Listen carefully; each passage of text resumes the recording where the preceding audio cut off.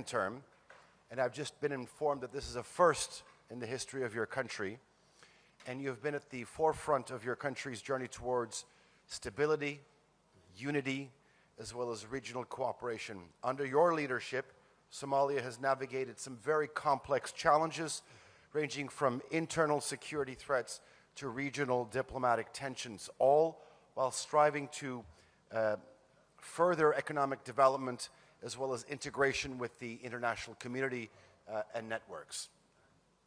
This ADF talk will focus on the President's perspective on the shared global responsibility to confront security threats emerging from fragile regions, particularly highlighting the interconnected crises of terrorism, political instability, as well as underdevelopment. Mr. President, I do have a confession to make.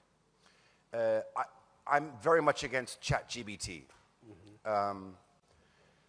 But I was on it for about half an hour ago, and here's what I typed in. I said, what does the average person know about Somalia? And I want to read out its response, okay? The average person would say, Somalia, it's in East Africa, right? I think it's had a lot of conflict over the years, civil war, piracy. I've heard it's had a problem with terrorism. Let me ask you, what is the current situation in your country like today?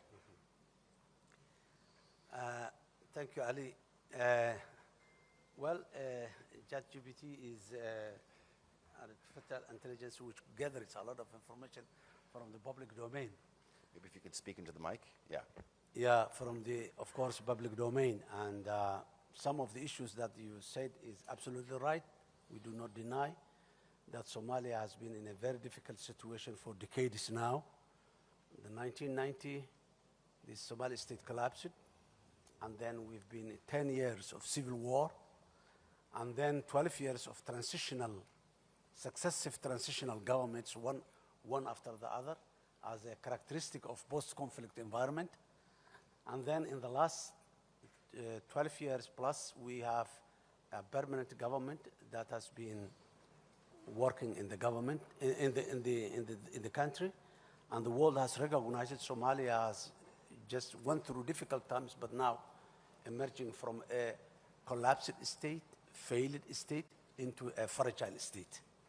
Fragility is another problem that has many developing countries are suffering. So Somalia today, you can say, not anymore failed state or collapsed, but it is a fragile in terms of economy, in terms of still our political institutions are not enough grown up yet.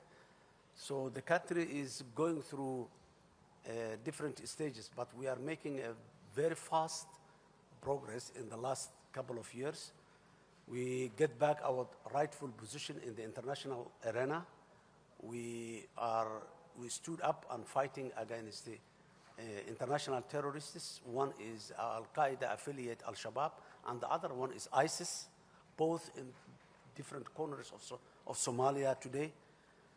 And Somalia is leading that war. Yes, the world is supporting us, so many countries, so many international organizations, the United Nations, the African Union, all of them are supporting individual countries, among which the United States, Turkey, United Kingdom, and many others are the neighboring countries as well supporting. But the lead is Somalia. It is the Somali lead that has shown progress in the fight against terrorism.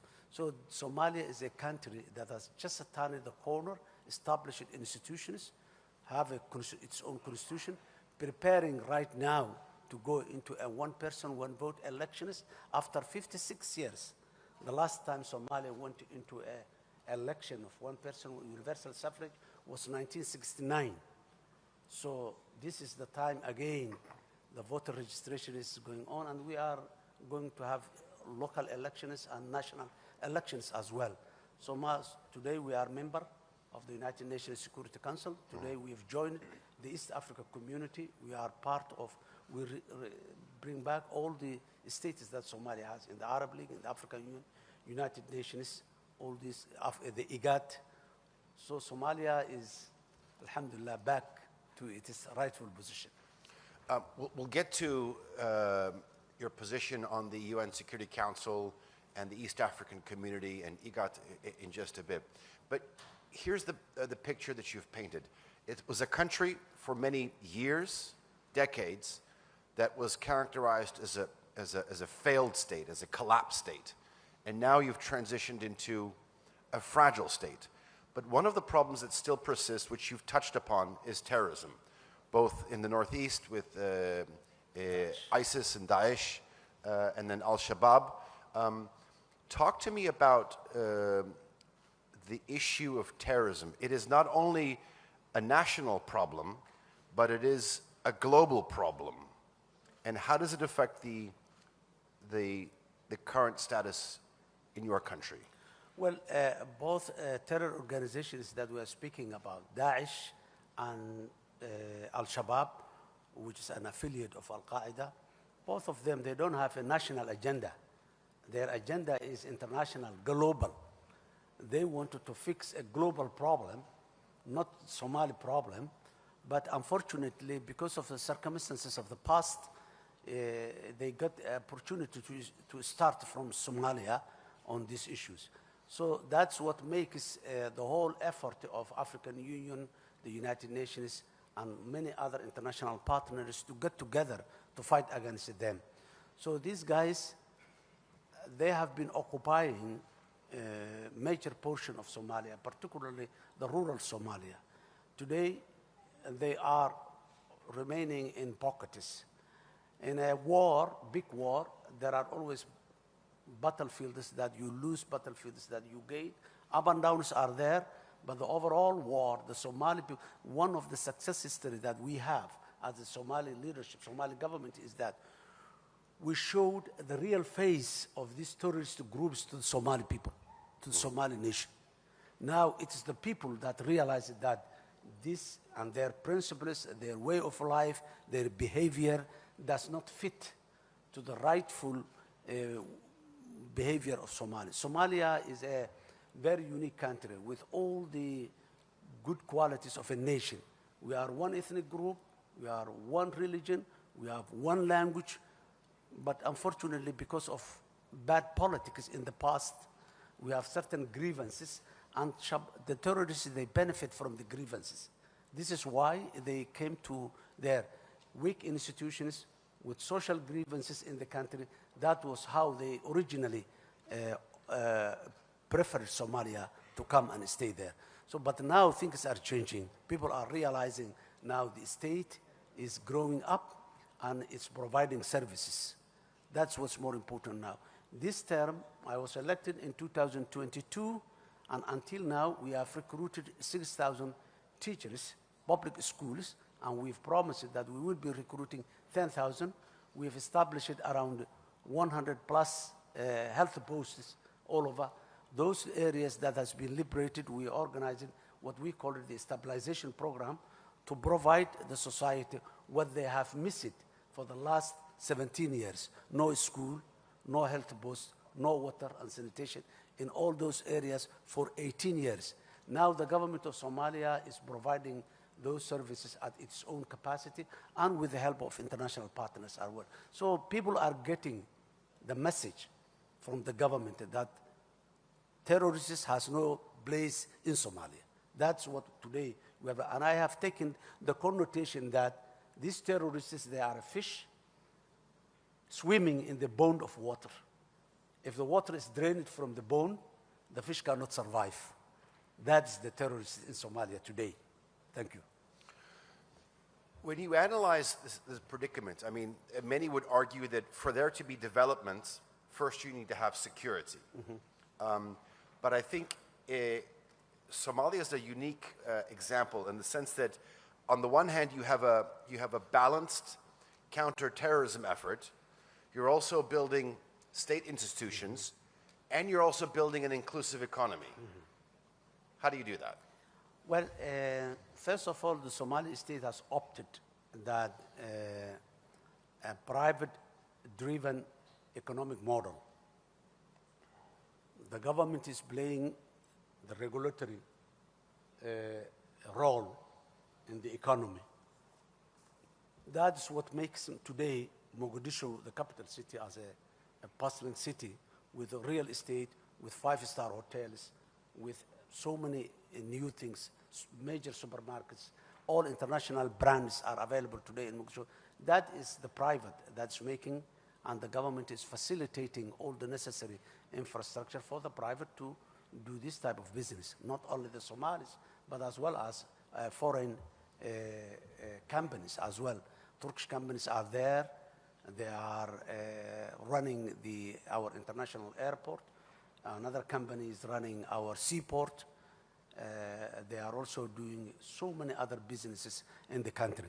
Similarly, there are other companies from other parts of the world as well. So that private-driven. And then we have provided two important instruments for that, supported the private-driven economy. One is the National Transformation Plan, which is fixing all the weaknesses of the state institutions so that they can take steps with the fast steps that the private is taking. The National Transformation Plan is a delivery-based from the government side, so that the private entities will have all the necessary facilitation that they need in order to do the business. That's number one. Number two is we established a long-term vision, a vision we call it the Vision 2060. It's a centennial vision. Somalia has become an independent state in 1960, and in 2060 is a centennial stage, that 100 years of how Somalia will look like 2060. That's the picture that we portrayed to the private people, and we showed them this is the future, and this is the regulations and the tools and the instruments that helps you to make that type of investment so that you can be in that position. So that's how the government and the private are working hand in hand to do all these economic development endeavors. Your Excellency, in your opening remarks, you had mentioned that Somalia is a member of the United Nations Security Council. Mm-hmm. Let me ask you about that. Do you feel that you have an extra responsibility as a flag bearer in terms of portraying a message mm-hmm. on behalf of other mm-hmm. developing countries or countries that are in a fragile situation? Mm-hmm. Yes, absolutely. You're right. You said rightly. As I said earlier, we have been in a very, very difficult situation for a long time. 3 decades is not a very short period. We believe that morally we represent those nations and peoples throughout the world that has went through that suffering or are still in that difficult situation. So we wanted to be a voice for all those who have difficulties within them and who needs help, international help, or those who has been created by other forces, circumstances that take them to that level, so that the United Nations Security Council can take those burdens away from those nations. So you are absolutely right, Ali. We feel that we have that moral obligation to represent those people who are suffering in different corners of Somalia, in different corners of the globe, whether it's under development, whether it's security, whether it is any other exploitation that is taking place, and have a very limited voice, as we used to be decades ago. We need to be a voice for that people. Let me ask you the flip side to that question. Mm-hmm. How do regional actors and global powers help countries like Somalia, who are in fragile situations during these times that present some challenges? Well, Ali, the world used to be a world of ideology, world of principles. In 21st century, the world is becoming a world of interests. And every country, every nation has some interest in it. But the question is, many of us, the least developed countries, we cannot articulate or we cannot sell the interests that are there in our country, number one, or we cannot establish the necessary instruments that facilitate people to come and seek after these interests. So that's the challenge that many of the facing. So Somalia is trying to, of course, address those global powers or regional powers or neighbors, whatever, who got an interest in Somalia, to negotiate with them in a way that benefits both of us, mutual interest. Sometimes when it comes to interest, the problem some of the interest has is the interestee, the one who has the interest, would like to get the more. And the powerful one, the powerful partners always would like to take more than the less. So these are the challenges there, but today there is a possibility that it's all about, again, the state institution. Somalia has been there for thousands of years. Interests were there. Resources are there. Strategic locations are there. But the world has not focused to Somalia as they are focusing today because of the state institutions, the leadership that presents what benefits the world can have Somalia. We cannot be only a recipient of aid. We should not be permanently for the recipient. Now, we are trying to portray that the world can benefit from Somalia. For example, the African Union. First of all, this 21st century, we call it the century of Africa. It's all about Africa, whether it's human resources, whether it's natural resources, whether it's market, all. So African Union has two important initiatives. One is, it's called Agenda 2063, which is a centennial agenda. African Union was established in 1963, so 2063 is a centennial agenda, which is a developmental agenda, very clear. That's number one. Then to make sure that that continental agenda is achieved, Africa has established the African Continental Free Trade Area, whereby business and economic interest is that. Somalia, being on the most eastern tip of the African continent and having more than 3,300 kilometers of coastline in the Indian Ocean, the Gulf of Aden, the Red Sea, we have a very strategic location that can be a gateway for Africa. So a lot of opportunities are there in Somalia to be a continental logistics hub. And it's one of the initiatives that we are selling, which a lot of people are standing for it now. So opportunities are always there, but it all depends on how can you present those opportunities and how can you negotiate those opportunities. When a country is burdened by massive debt, it's very difficult for them to do anything, and it often leads to over-exploitation. There's a huge amount of debt relief on your country, in excess of $2 billion. $5 billion, yeah.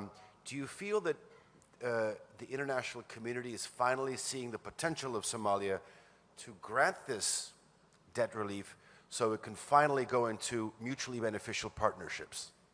Yes, two important aspects again here is that the international community has realized that there is a state institutions that can take the full responsibility of utilizing the local resources in a beneficial way to the public.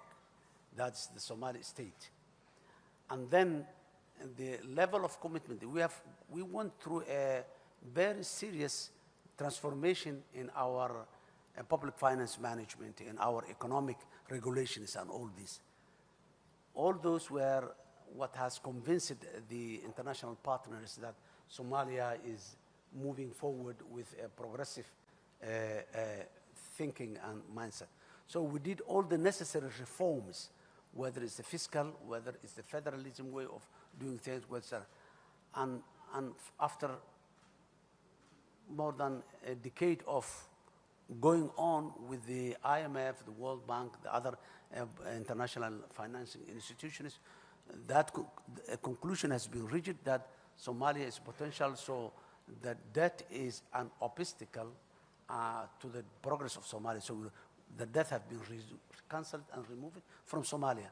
More than a year, almost a year, more than a year now, we are without any debt, but we didn't take any loan for that time, because we make a decision in our government that we will never take a loan unless we are sure that the loan we are taking will pay back by itself, or if the loan is for public service and public utility, that the government has other sources that we don't want loans to be accumulated again, and in a very short period of time, again, we go to the world and ask for debt relief. That's what has happened in many other countries. Based on that experience, Somalia, we are avoiding so far to take a loan unless we make sure that the country is secure enough, that the production sector and the economic sector is moving very fast, that we can pay back the loans that we are taking. So it depends again on the strength and the potentiality of the public institutions of any country to make sure that no more debts will be. Debt has been relieved to give Somalia an opportunity to move forward. Otherwise, we would have never moved anywhere. And we would have never attracted any investment if that debt is there hanging over us. But now we are attracting a lot of investment, a lot of interested people. I want to talk about the fairly recent signing of the Ankara Declaration. Obviously, this marked a significant step forward in relations between Somalia and Ethiopia over the Somaliland port deal. I want to get firsthand some key factors that went into this, and in terms of how you envision future relations between Somalia and Ethiopia. Well, as you rightly said, Somalia and Ethiopia are two neighboring countries.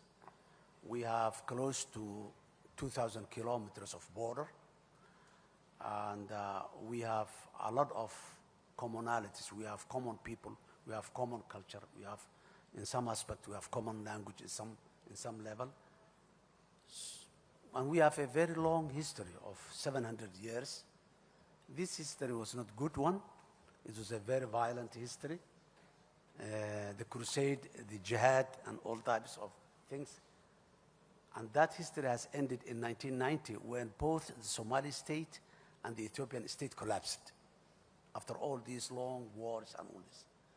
From there onward, we have been moving. We, from our side, from Somalia, we realized that that cannot be continued. Hostility, conflict, building. Both of us, we are poor countries. One of the main reasons why we are poor countries for the last 1 century, we always have been building military.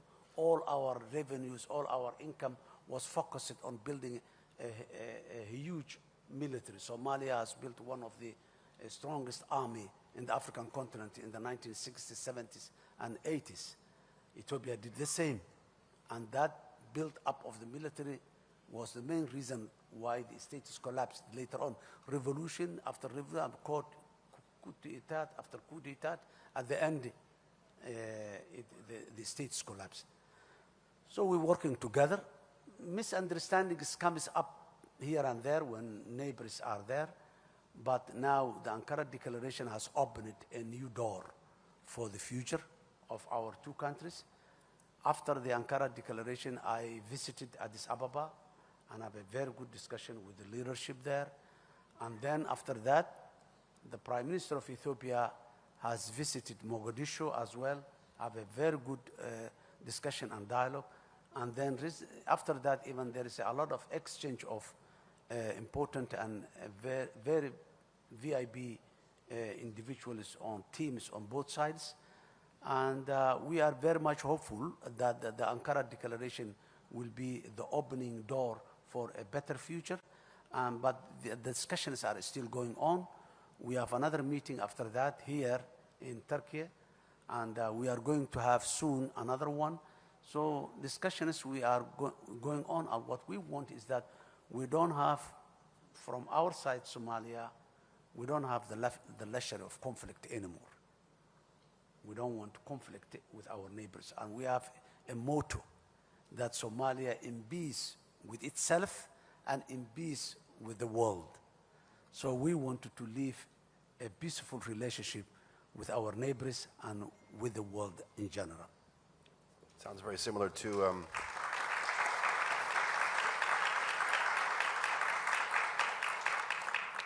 one of the mottos of the founding father of this country as well, peace at home, peace abroad. Peace abroad. Mr. President, if you were to allow me, there's a lot of interest to your panel, and I know that we have some journalists who want to ask you some questions. If you have any questions for His Excellency, if you could maybe stand up. Do we have a microphone? Yes. Maybe yes, over here. Thank you so much, our brilliant moderator, Mr. Ali Jan, and Your Excellency. Thank you so much. Maybe if I begin with a quick banter about the ChatGPT, maybe the information that I will be gladly able to share is that Somalia is the founding member of the Organization of African Union, which is now the AU, and at the same time it is the first non-Arab country to join the Arab League. So it's a nation with a lot of history, and His Excellency has outlined it so well. So to begin with my first question, since you are in a diplomatic forum, I will start with the part of the diplomacy. Looking at the Somalia-Turkey relations, which had started previously from humanitarian development and is currently at a win-win cooperation. We have the oil exploration, we have the business partnership, economic and security. How do you assess this success for the people of Somalia and for the world as a model of cooperation? And what is your future expectations of this? My second and final question, Your Excellency, and our moderator is, last year we witnessed the Turkey-led Ankara Accord between Somalia and Ethiopia. And we've seen your subsequent visit to Addis Ababa, heightening cooperations between Somalia and Ethiopia, de-escalating the tensions. What lesson does Somalia give to the rest of Africa as far as also Somalia's contribution to mediation is concerned historically, where it used to take part in deflating tension between neighboring countries, and looking at the current situation in Sudan, in DRC, and other parts of Africa? Thank you so much. My name is Nuri from TRT Africa. Nuri. Okay. Thank you. Thank you, Nuri. First of all, the relationship between Somalia and Turkey, I would like to shortly and briefly say how this relationship has started and where it is today. A decade and a half ago, 2010-11, there was a famine in Somalia. 250,000 Somalis starved because of that famine. And the security was a problem, as always. And many of the international humanitarian agencies, they left Somalia claiming that Somalia is not secure enough to deliver.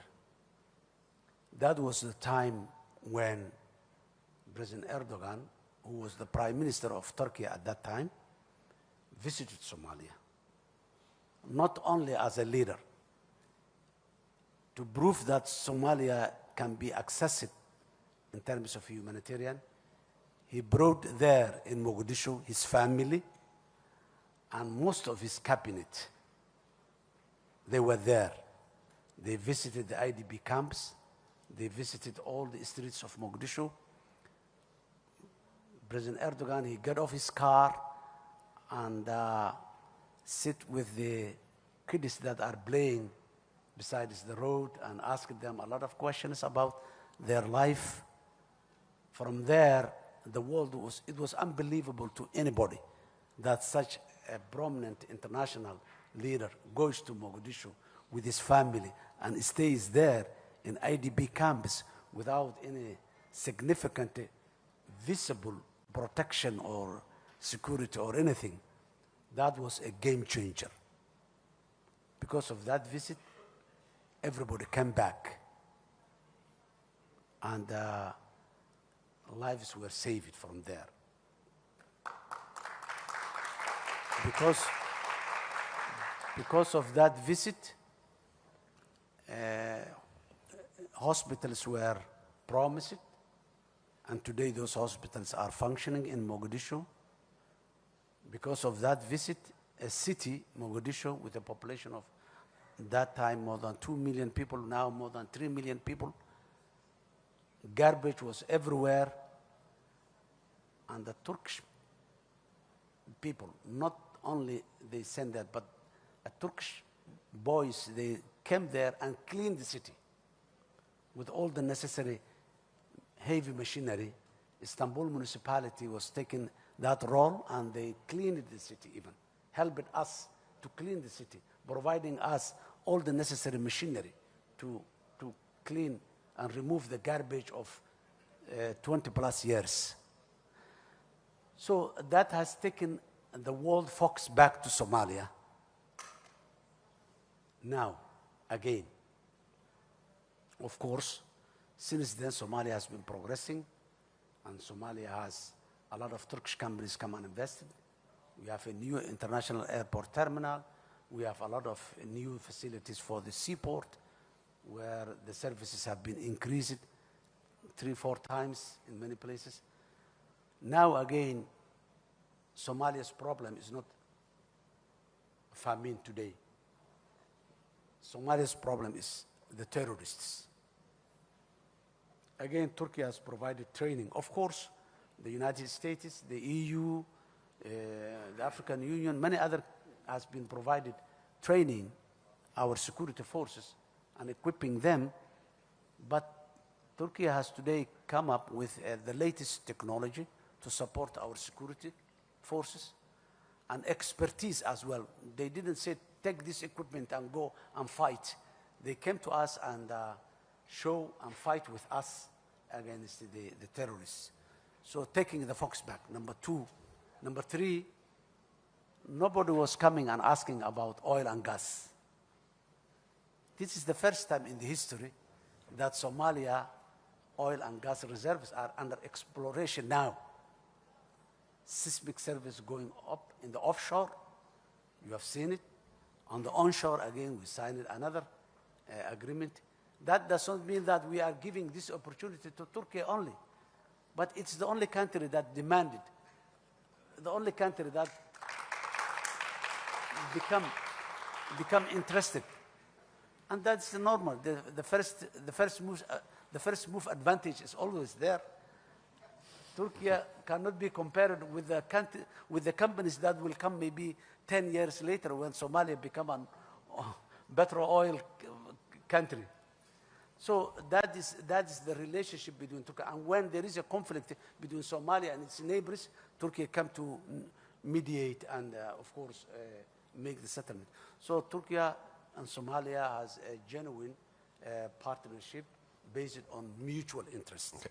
Mr. President, I think maybe perhaps swiftly move on to the second part of the question. I think it was, what are some lessons that other parties can learn in terms of conflict resolution with your negotiations surrounding the Ankara agreement? I think the country, it was the DRC that you gave. Yes, the same he said, the Ankara Declaration. The Ankara Declaration has come out of the genuine mediation that Turkey has made.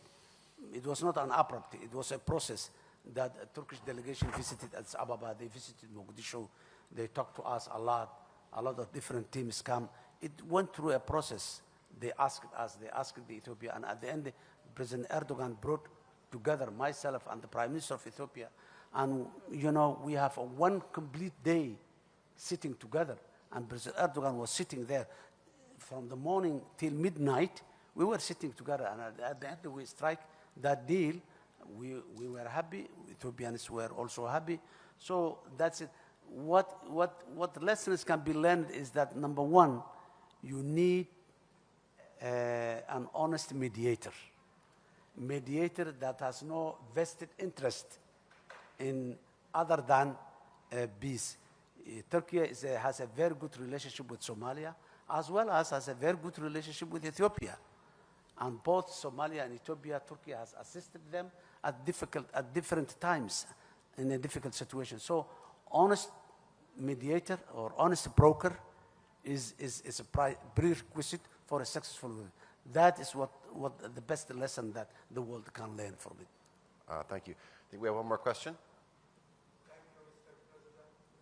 My name is Abdul Hamid Sayam. I am the representative. There's a microphone there. I'll start. Thank you. My name is Abdul Hamid Sayam, the representative of Al-Quds Al-Arabi at the United Nations. And I commend the Ambassador Abu Bakr Osman and his speeches on Palestine at the United Nations. There is a talk about recognizing Somaliland in the north. If they accept the deported Palestinians to settle in Somaliland, it's a challenge for your country and for the Palestinians and for the world that should be controlled by international law, not by the law of the jungle, as some major power trying to advocate now. So what is your opinion on this? How can you incorporate Somaliland or reach out to them so this thing could not happen? Because if it is recognized, then it might be very hard to go back and unite both the north and the south. Thank you.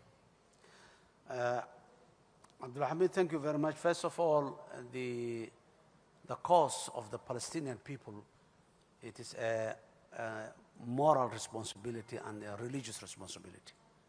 Qudus and Palestine. So it is an issue that Somalia has never compromised and is not going to compromise, whatever our capacity or our ability is. What we want is a peaceful resolution, as the world has recognized it, two-state solution, that Palestine state is there, Israeli state is there, and peaceful coexistence between the Palestinian people and the Jewish people is the best option, and that's what we all want to see, and we hope it will. Regarding the other issues, Somaliland is part of Somalia. It's not a... Well, as you rightly said, we are not talking about the law of the jungle.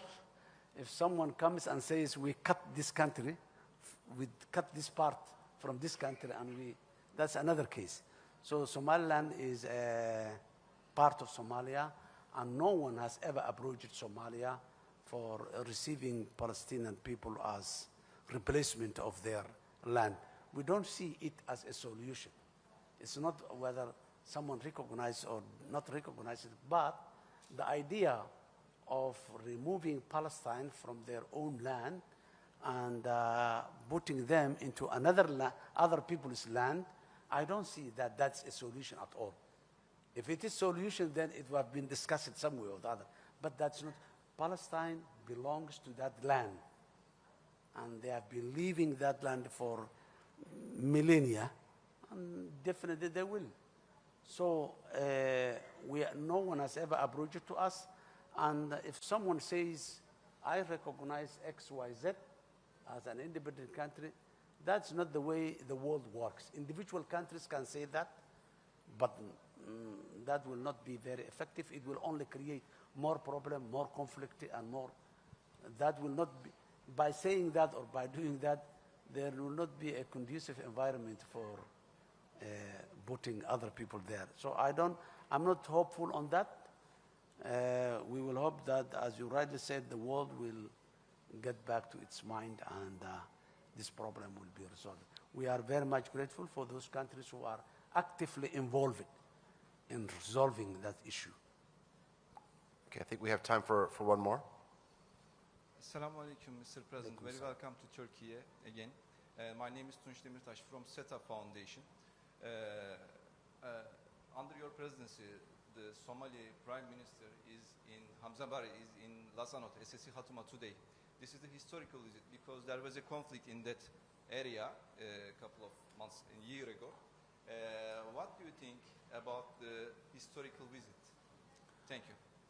Well, we're sorry for what has happened in that part of Somalia, and local conflict is always emerged, but Somalia, the federal government of Somalia was not part of that conflict, and we are not going to be part of that local conflict.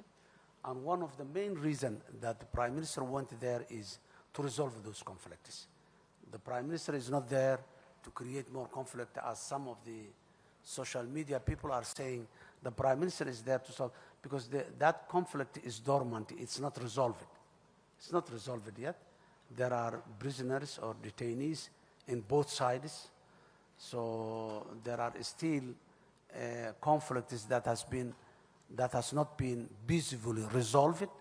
So the Prime Minister is there to create a conducive environment where negotiations can take place, because there are certain obstacles for the genuine negotiations to take place, and Prime Minister is visiting there to remove some of those obstacles so that the two parties, the two groups can sit together, can negotiate and reconcile peacefully.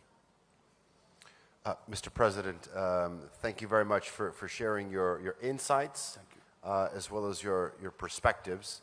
I think your leadership during these testing times, these transformative times, is crucial, not only in terms of transforming your country, but also the Horn of Africa. Ladies and gentlemen, please join me in showing our appreciation to His Excellency's commitment to dialogue and cooperation. Thank you for your presence here at the Antalya Diplomacy Forum. Thank you.